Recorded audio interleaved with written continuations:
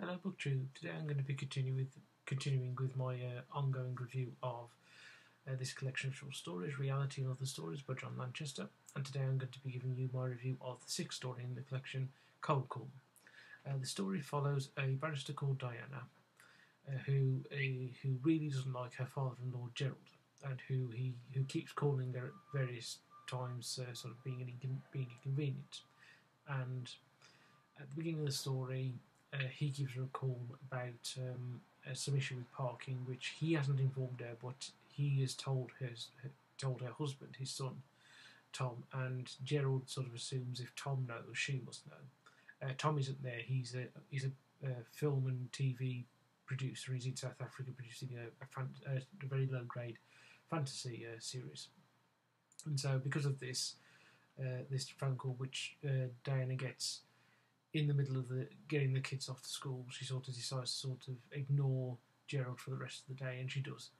And then when she gets home, there's a message on the answer phone, which usually means it's a cold call or Gerald, and Gerald doesn't usually leave a message, so she sort of ignores it. But then when the message goes on, because cold callers usually sort of give up after a second or two, she picks up the phone demanding to know who it is, and then she discovers that Gerald has in fact had a fall, and he's gone into hospital. And so the rest of the story deals with Diana and her husband Tom dealing with Gerald. They get him set up with an emergency button system, which he keeps pressing every time he wants something done. So wants to know where the remote is, or wants to know where his shoes are, or if he feels slightly under the weather. And this sort of increases Diana's irritation, and then to the extent that one day Diana just doesn't answer the phone when he calls, and it turns out that Gerald suffered a minor stroke, fell over, and then had another stroke and died. And then Diana feels really guilty about this, but then she starts receiving telephone calls from the alarm company who got the emergency button that Gerald has, and Diana starts to become very this starts to prey on her mind, because she feels slightly guilty because she feels she's somehow responsible for Gerald's death, and this sort of builds on it, and she starts to fret about it, and it means makes it difficult for her to sleep. Overall, I enjoyed the story. It was a lot better than the previous story, which was called Reality, and it was the title story, which was about reality TV, and I really didn't enjoy that because I don't enjoy reality TV. But this one I did enjoy it. So, like the first stories in the collection, it's very much a ghost story. I think I've said previously that the stories seem to be sort of inspired by authors, or if the previous story was to go on, by particular genres. And I think this story might be a bit inspired by Edgar Allan Poe. I think particularly The Telltale Heart, with that sort of guilt, playing on somebody's mind because they've done something, and the sort of hatred that Diana feels for Gerald, similar to the way that the main character feels guilt for the old man he kills in Telltale Heart. Though Diana doesn't kill Gerald, and frankly, Diana has good reasons not to like Gerald, because he isn't a very particularly nice man. Even though you are seeing it from her point of view, the way he talks it sort of makes you see that he's quite a rude man. For example, when he calls her up, he says yes, as if he's not called her up, as if she's called him, and she's interrupted his day.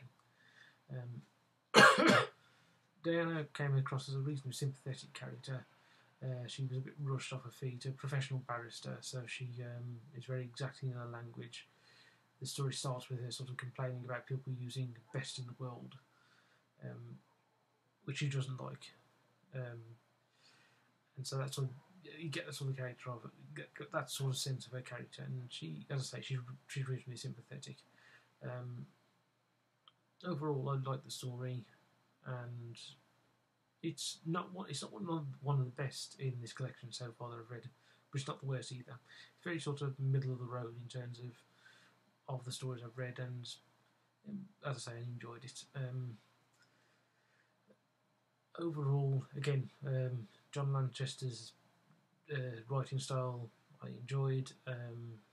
As I was mentioned with the characters, before he's out to give you a good, with a few sort of pieces of dialogue and a bit of description.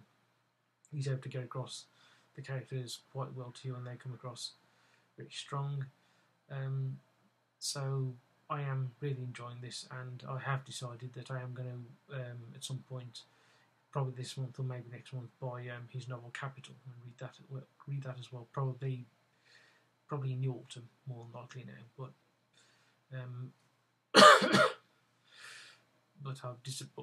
from reading these stories, even the ones I haven't felt were very good so far, they're still well written and the characters are still well done. So I'm definitely going to think I'm going to enjoy reading more of John Lanchester. So with that, BookTube, I'll say goodbye, and I will see you tomorrow for the next story in the for review of the next story in the collection, which is, let me just get the name, The Kit. So with that, I'll say goodbye, BookTube, and I'll see you tomorrow.